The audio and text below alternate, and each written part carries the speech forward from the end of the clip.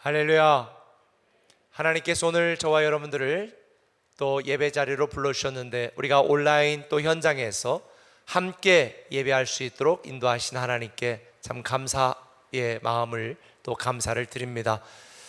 이 시간 우리 한번 이 암울한 시대 하나님께서 저와 여러분 우리를 위하여 일하시는 줄 믿고 이렇게 한번 믿음으로 선포합시다. 새로운 미래가 이미 시작되었습니다. 새로운 축복은 이미 시작되었습니다. 할렐루야. 아마 여러분들이 이 말씀이 믿어지지 않을지 모르겠어요. 그러나 겨울에 다 끝난 것 같고 황폐한 것 같지만 봄을 준비하고 있는 것처럼 많은 사람들이 고통나고 힘들어하는 지금 이 순간에도 하나님은 우리에게 새로운 미래와 새로운 축복을 만드시고 준비하고 계신 줄 믿습니다. 우리 하나님의 말씀 오늘 로마서 7장 21절부터 8장 2절 그리고 11절 우리 번갈아가면서 읽도록 하겠습니다.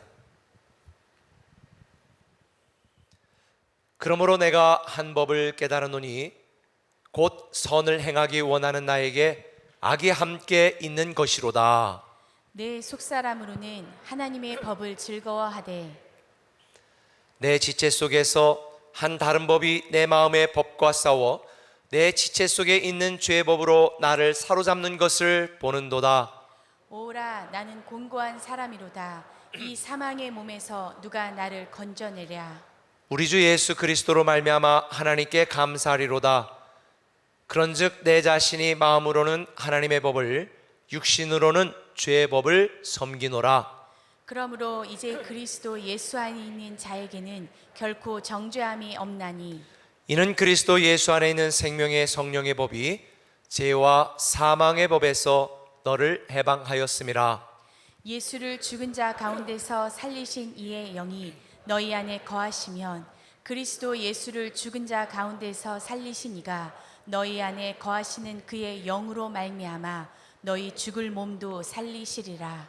아멘. 아멘. 우리가 인생을 살아가면서 수많은 고민과 갈등을 하게 됩니다. 얼마 전에 인터넷에서 보니까 대한민국의 4대 고민 해가지고 누가 재미있게 표현을 했더라고요. 첫 번째 고민은 이거예요.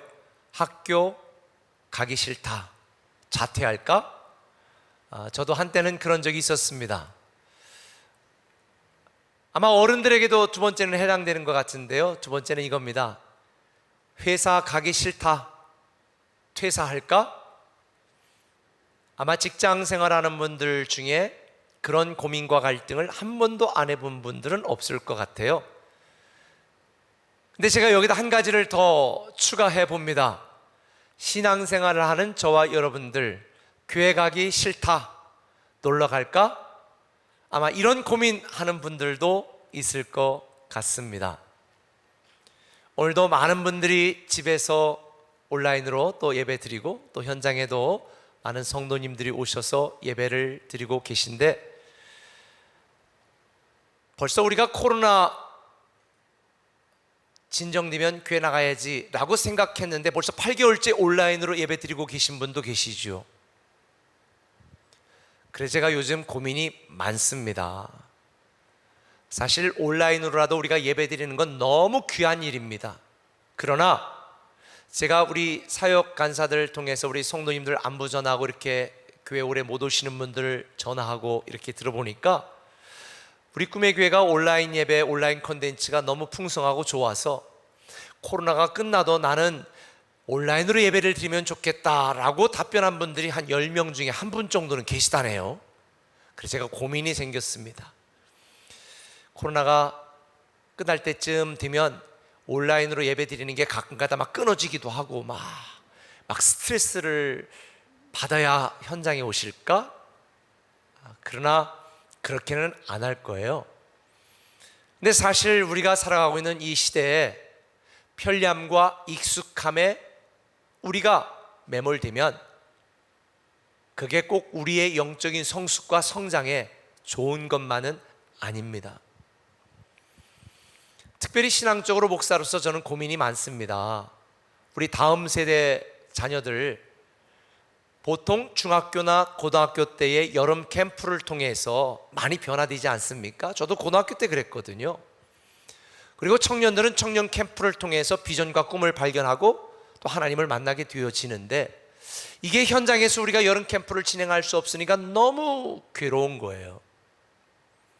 그래서 이번에 우리가 가정 캠프로 진행하게 되어지는데, 오늘 아침 9시부터 핸드북에 나오는 모든 QR코드 영상이 다 이제 시작이 됐습니다. 근데 지난주에 우리 교육자들이 저에게 보고하는 걸 보고 제가 일부러 세어봤어요. 그랬더니 유아초부터 고등부까지 핸드북에 들어가는 영상이 무려 110개더라고요. QR코드를 딱 찍으면 나오는 영상이. 근데 여러분, 지난번도 말했지만 10분짜리 RT 영상 찍는데 보통 3시간, 4시간 이렇게 편집하는 게 걸려요. 이렇게 빠르게 하는 분들은, 제가 우리 모든 교육자들도 여러분들이 또 헌물해주고 헌금해준 걸 가지고 또 맥북 다 사가지고 이게 지금 훈련 중에 있는데, 어떤 분 보고 만들어 보라고 그랬더니 10분짜리 만드는데 지금 3일, 4일 동안 연습하고 만들고 있습니다. 그러니 여러분 생각해 보세요. 110개의 영상을 만드는데 얼마나 많은 교육자들이 얼마나 많은 시간을 투자하고 애썼겠습니까? 어메이징, 한국말로 미친 짓을 했습니다. 그런데 그럼에도 불구하고 우리가 기쁘게 그렇게 하는 이유는, 어떻게 하면 우리 교회 성도들 또 다음 세대 자녀들의 신앙이 성장하도록 우리가 만들 수 있을까, 이게 고민되어서 그랬던 것입니다. 꼭 신앙적인 것뿐만 아니라 우리가 일상의 삶에서도 많은 고민과 갈등이 있습니다. 이번 주에 우리 교육자들 같이 대화하는 중에 몇 사람이 그러는 거예요. 아유, 목사님, 이번에 월세 올려달라고 주인에게 연락이 왔습니다. 그러는 거예요. 그래서 아니, 왜 뜬금없이 올려달라고 그래? 기한 많이 남았잖아. 아, 그런데요, 그래서 연락이 오는 것 같습니다. 근데 많이 올려달라고 그래서 고민입니다. 그때 제가 고민과 갈등이 생기는 거예요. 야, 이러다가 우리 교회 교육자들은 다 주변 언저리로 다 이사 가야 되겠구나. 또 그런 고민도 생기는 거예요. 아마 우리뿐만 아니라 여러분들도 집 있는 분이나 없는 분이나 또 진로 문제, 노후 문제, 육아 문제, 취업 문제, 많은 고민과 갈등이 있을 거예요. 인생에 대해서 무책임한 사람은 갈등이 없겠지만, 고민이 없겠지만, 최소한의 책임감 있는 사람은 아마 다 고민하고 갈등할 겁니다. 저도 마찬가지예요. 물론 저도 제 개인적으로 많은 고민과 내적 갈등이 있습니다. 오히려 여러분들보다 더 많은 고민과 갈등이 있는 것 같아요. 그러나 저는 그런 고민과 갈등이 생길 때마다 어떻게 하면 내가 믿음으로 반응할 수 있을까 더 고민하게 되어지죠. 그러면 저는 이런 생각을 갖게 되어집니다. 아니, 예수 믿으면 마음이 평안하고 행복하고, 예수 믿으면 모든 고민과 갈등이 없어져야 되는 거 아닌가? 제가 볼 땐 상식적으로 그게 맞을 것 같아요. 그런데 제 개인적인 경험을 여러분에게 말씀을 드리면, 목사로서 제가 더 신앙적으로 철저하고 완벽하고 거룩하게 제가 하나님 앞에 정말 진실된 목사로 살려고 노력하고 애쓰면 애쓸수록 저는 더 깊이 좌절하고 실망하고 더 많은 죄책감 속에 빠지게 되는 경험을 많이 했습니다. 대체 왜 그럴까? 아마 여러분들 중에도 그냥 건성건성 교회 다니는 분들은 별로 관심이 없고 뭐 고민과 갈등이 없을 거예요. 그러나 이 코로나 시대에 여러분 믿음 있는 분들은, 내가 믿음으로 신앙으로 더 잘 살고 싶은 마음이 있는 분들은 아마 신앙적인 갈등이 더 많아질 겁니다. 때로는 우리 자신의 모습을 보면서, 야, 내가 나를 보니까 내가 이거 구원 받을까? 내가 나를 봐도 한심하고 죄를 많이 짓는데, 마음이 그렇게 혼탁한데 정말 내가 하나님 앞에 하나님 나라에 갈 수 있을까?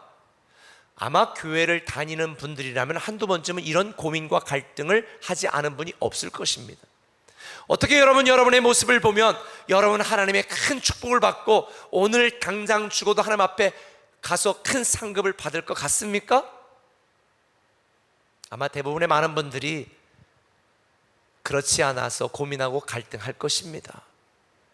근데 저는 이번 주 말씀을 묵상하다가 말씀을 통해 너무 위로를 받았어요. 왜냐하면 이런 고민과 갈등이 저만 우리만 있는 줄 알았더니 사도 바울 같은 아주 훌륭한 분도 저와 동일한 고민을 했더라고요. 21절 24절 보면 이렇게 되어 있어요. 그러므로 내가 한 법을 깨달았노니 곧 선을 행하기 원하는 나에게 악이 함께 있는 것이로다.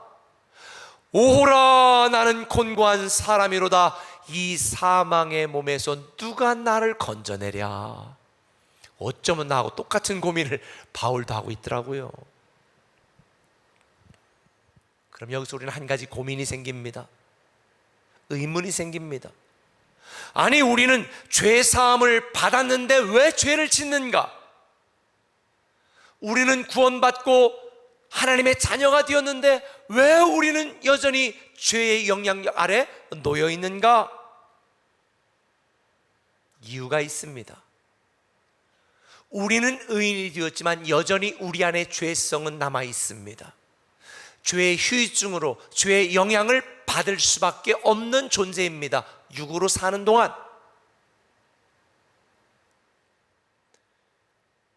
코로나 초기에 이 다 치유를 받았고 아무런 증상이 없는데도 검사를 해보니까 이 코로나 양성 반응이 나와가지고 이게 대체 어떻게 된 거지? 그게 연구된 결과 보고가 얼마 전에 나왔잖아요.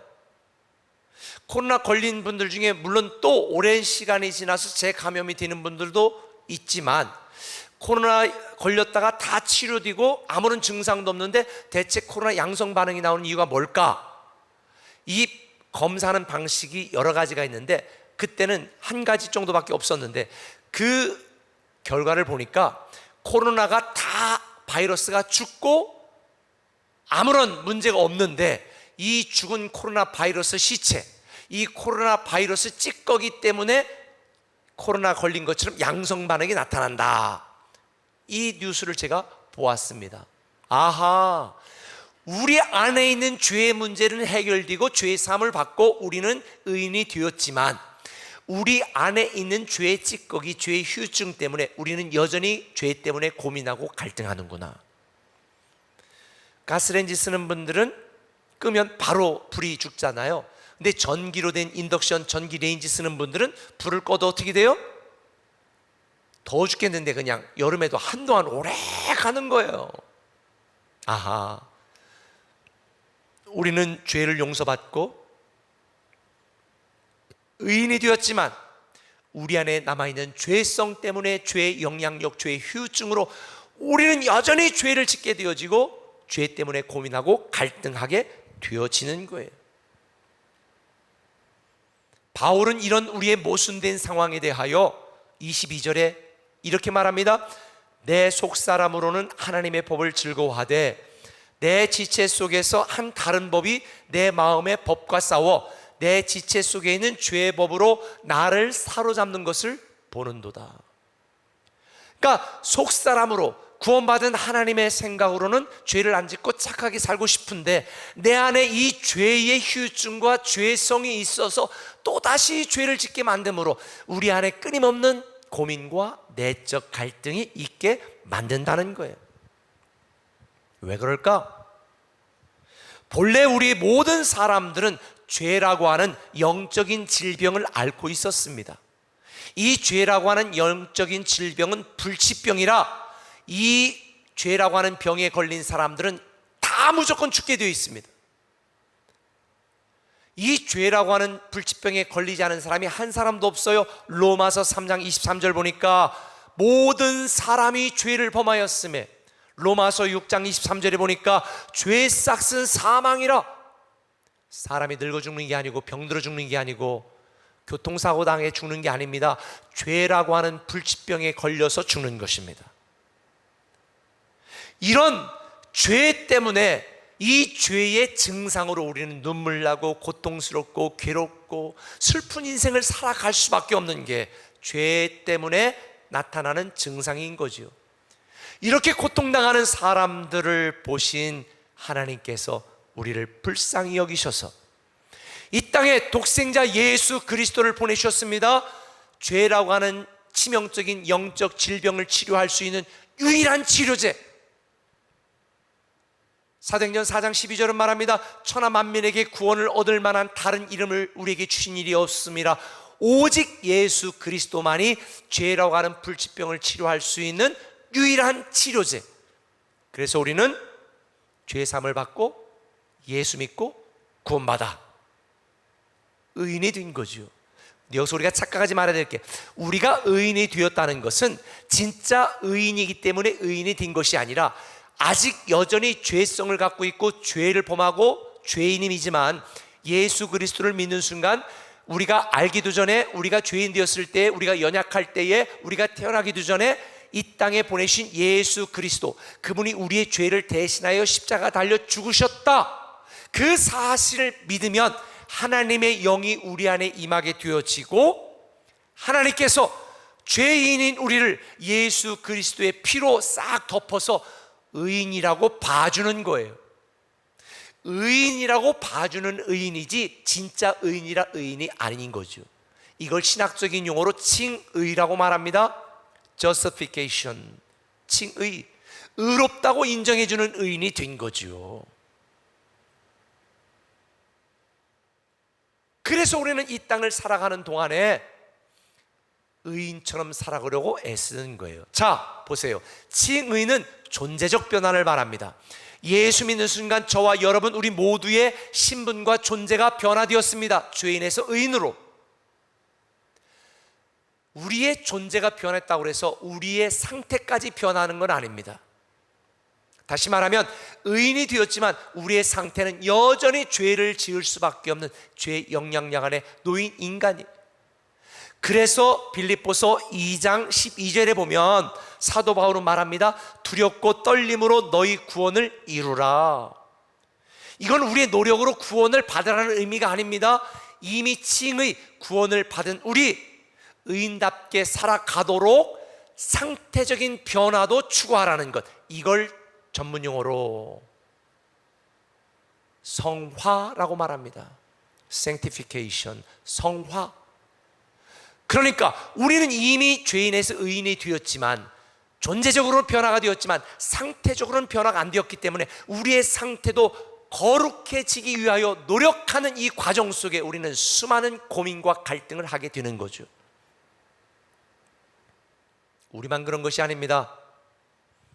당시 로마 교회 성도들 중에도 그랬습니다. 로마 교회 성도들은요, 그래? 우리가 하나님의 은혜로 구원받았어? 그럼 우리는 막 살아도 되네. 어차피 죄성이 있고 죄인이니까 뭐 은혜로 구원받는 거지 내 행위로 구원받는 게 아니니까 막 살자. 노세 젊어서 노세. 이게 영지주의 이단으로 발전합니다. 근데 이런 성도들을 본 유대교 성도들 중에, 유대인 성도들 중에 어떤 이들은 아니야, 은혜로 구원받았지만 우리는 우리의 선하고 의로운 행위로 말씀을 잘 지켜야 구원이 완성되고 구원을 받을 수 있는 거야 라고 행위를 강조한 거예요. 율법을 강조한 거예요. 자, 우리는 은혜로 구원받았지만 우리는 노력해야 구원이 완성된다. 이 둘 중에 어떤 의견이 맞을까요? 둘 다 틀렸습니다. 왜 그런 줄 아세요? 우리는 이미와 아직 사이에 살고 있기 때문입니다. 우리는 이미 하나님의 은혜로 믿음으로 말미암아 구원을 얻은 의인입니다. 이미 우리는 의인이 되었습니다. 그러나 아직 글로리피케이션, 성화, 영화, 이 하나님 나라에 들어가 완전히 영광스러운 영원히 사는 존재로 변화되기 전까지 아직 우리는 완성되지 않았기 때문에, 이미 의인이 되었지만 아직 하나님 나라에 들어가지 않은 이 육신을 입고 사는 이 과정 중에 있기 때문에 우리는 여전히 고민하고 갈등할 수밖에 없다는 거죠.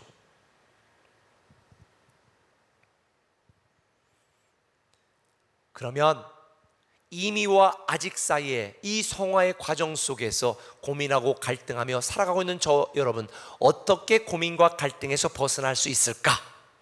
두 가지를 기억해야 됩니다. 첫 번째, 따라합시다. 우리는 인생의 출발선이 다르다.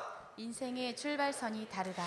인생의 출발선이 다르다는 걸 알아야 돼요. 모든 사람들은 출생부터 죄인입니다.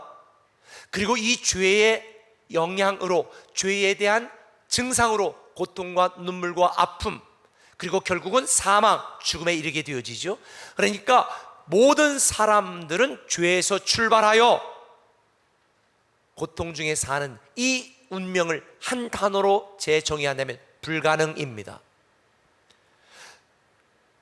우리의 스스로 구원받고 스스로 노력으로는 절대 죄에서 해결할 수 없는 불가능한 거죠. 근데 이 땅에 있는 모든 종교는 자력 종교입니다. 스스로 노력해서 착하게 살아서 구원을 받아라.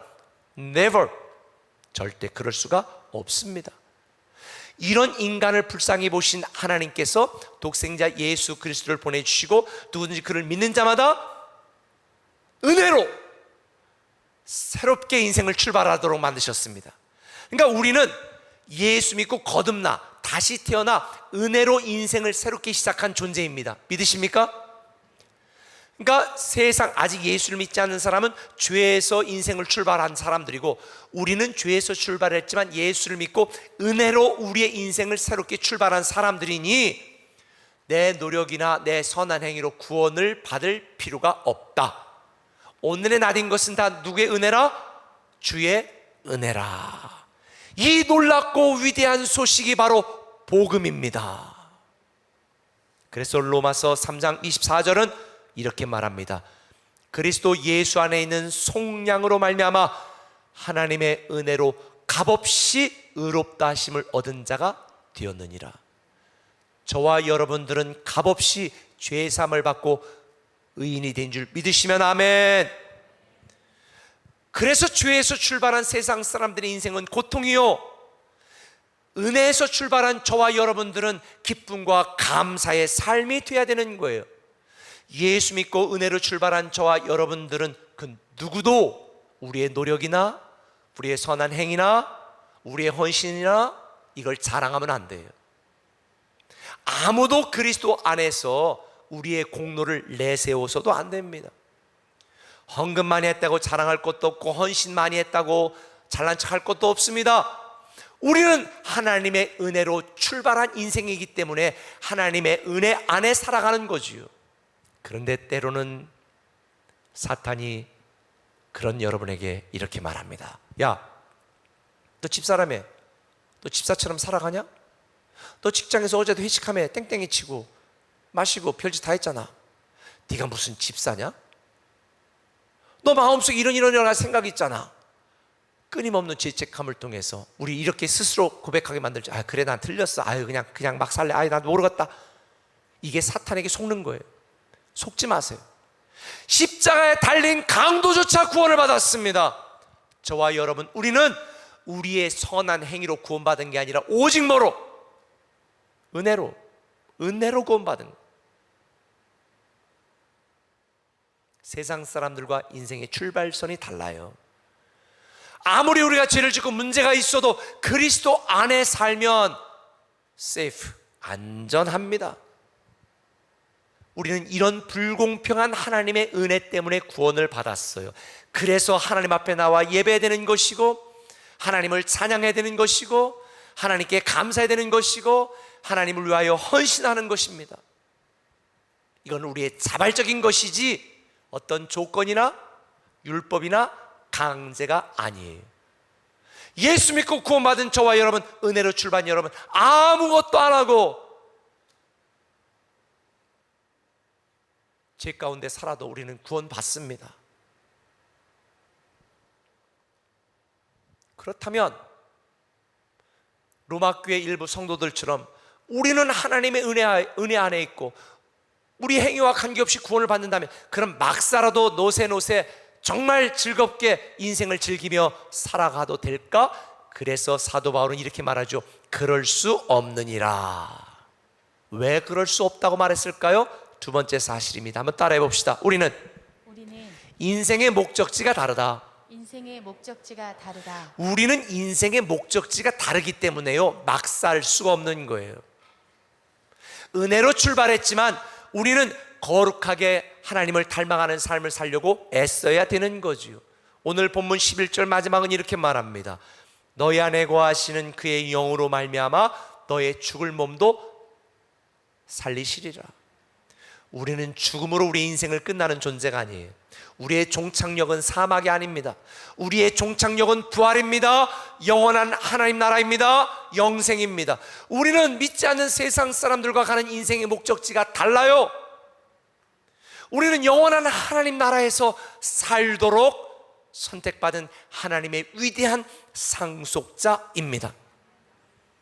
우리의 최종 목적지가 이 땅이 아니라 영원한 하나님 나라라는 분명한 믿음이 있다면 우리는 이 땅에 사는 동안 세상 것 때문에 고민하고 갈등할 이유가 사라집니다.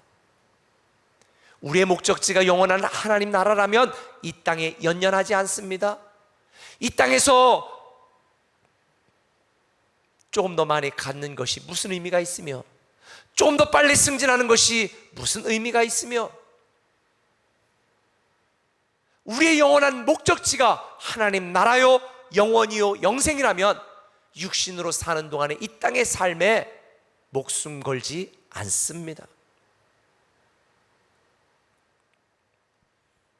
만약 여러분들이 교회를 다니고 신앙생활 하면서도 여전히 마음에 고민과 갈등이 많다면 여러분이 가야 될 최종 인생의 목적지에 대한 확신이 없기 때문입니다.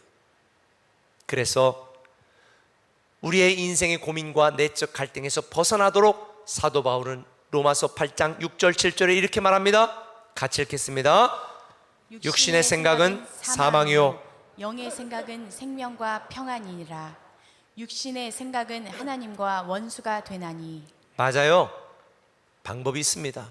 생각을 바꾸는 것입니다.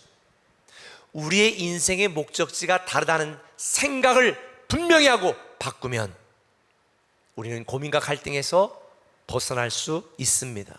왜냐하면 육신의 생각이 기대하는 바와 영의 생각이 기대하는 바가 다르기 때문입니다. 만약 여러분 직장 다니는 분들 중에 올해 말에 직장 그만두고 내년부터 부모님이나 지인이 엄청나게 투자해서 새로운 사업을 시작할 거라고 여러분이 지금 알고 있다면 올해 연말에 정기 승진 인사에 목숨 걸지 않을 거예요. 고가 평가에 남은 하반기 신경 쓰지 않을 거예요. 왜? 올해 말에 내년부터 내가 살아가는 목적지 방법이 다르기 때문에. 만약 여러분이 우리의 인생이 목숨이 끝이고 일생이 끝이고 죽음이 끝인 육신의 생각으로 내 삶을 바라본다면 수많은 고민과 갈등이 있을 거예요. 그러나 생명과 영혼과 하나님 나라가 내 인생의 영원한 목적지라고 하는 영의 생각으로 오늘 나의 삶을 바라본다면 아마 쓸데없는 고민과 갈등은 많이 사라지지 않겠습니까? 예수님께서 사복음서에 보면 이 땅에 오신 목적을 이렇게 말합니다. 하나님 나라의 일을 말하러 오셨다. 부활하시고 승천하시기 전까지 40일 동안에도 예수님은 하나님 나라의 일을 말씀하셨습니다. 그런데 제자들은 와서 예수님에게 묻습니다. 주님, 언제 이스라엘 나라를 회복하실 겁니까? 그러자 주님이 말하죠. 때와 시기는 하나님께 속한 것이니 너희는 오직 성령이 너에게 마시면 예루살렘과 유다와 사마리아와 땅끝까지 이르러 내 증인이 되라. 우리는 지금 세상 복음을 믿는 게 아니고 천국 복음을 믿는 것입니다. 육신의 생각으로 내 인생을 바라보는 것이 아니라 이 땅의 생각으로 내 인생을 바라보는 것이 아니라 영의 생각으로 하늘의 생각으로 내 인생을 바라보시며 믿지 않는 사람들과 살아가는 삶의 방법과 내용이 달라지기를 예수님의 이름으로 축원합니다.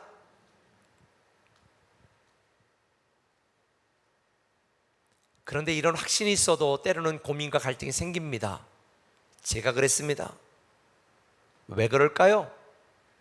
우리 힘과 능력만으로는 이 죄의 영향력에서 벗어날 수가 없기 때문입니다.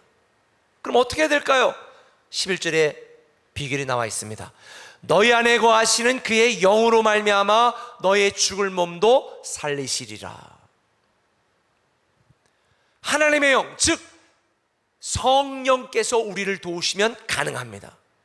성령님은 육신의 생각에 매여 있는 우리의 고리타분한 생각, 세상 사고방식, 그리고 이기적인 가치관, 이 모든 것을 깨뜨리십니다. 우리의 옛사람을 깨뜨리시고 새롭게 만드십니다. 우리의 본성은 죄성을 갖고 있고 우리의 본성은 악하기 때문에 우리 스스로 선을 행할 능력이 없습니다.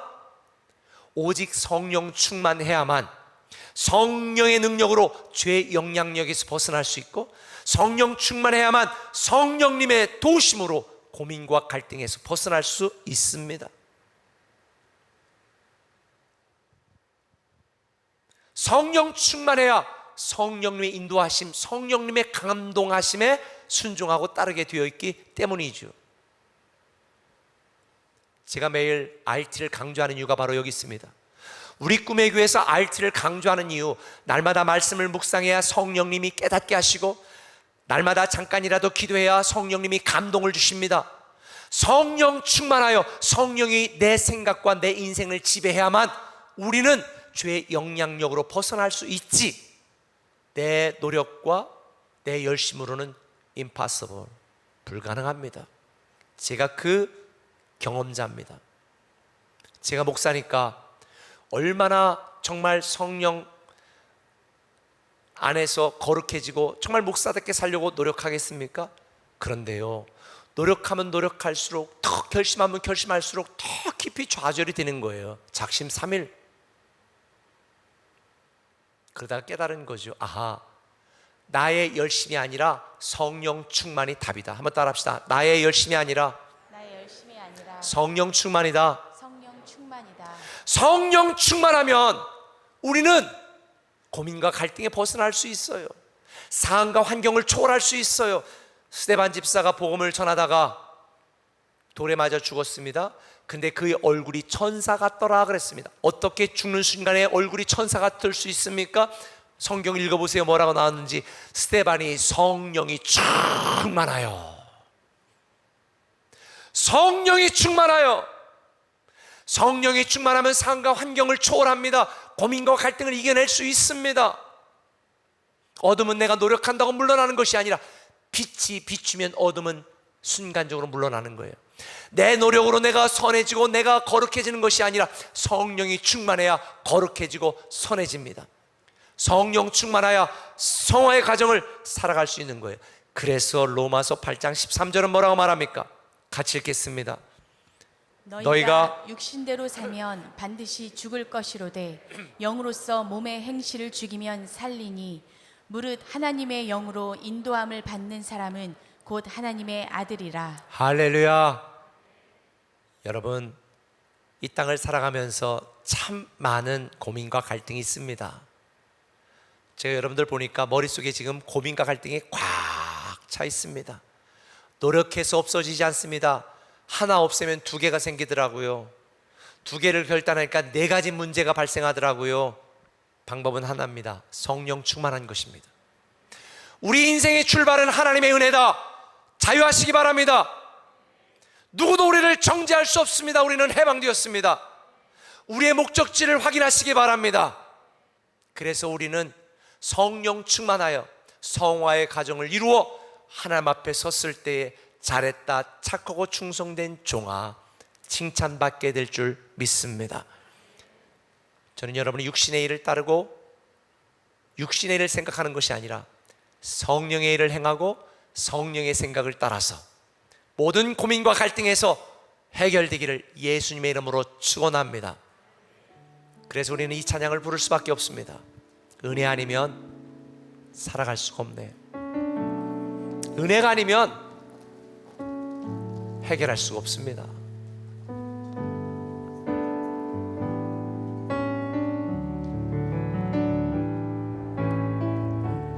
은혜 아니면 살아갈 수가 없네.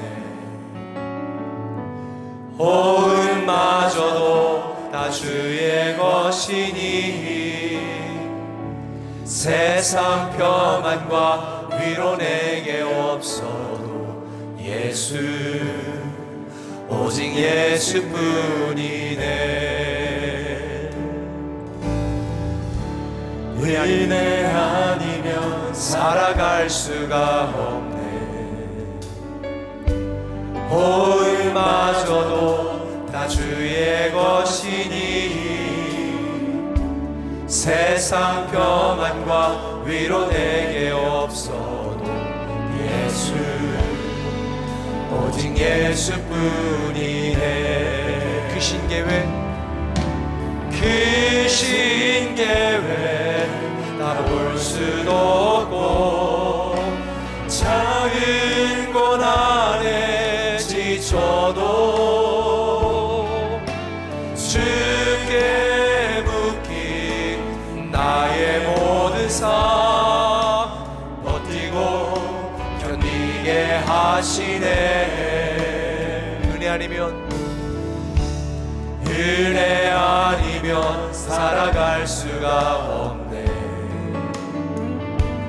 나의 모든 것 다 주께 맡기니 참된 평안과 위로 내게 주신 주 예수, 오직 예수뿐이. 그 신계획 다 볼 수도 없고 그 신계획 다 볼 수도 없고 작은 고난에 지쳐도 주께 묶인 나의 모든 삶 버티고 견디게 하시네. 은혜 아니면 살아갈 수가 없네. 나의 모든 것 다 주께 맡기니 참된 평안과 위로 내게 주신 주 예수, 오직 예수뿐이네. 기도합니다. 사랑의 주님,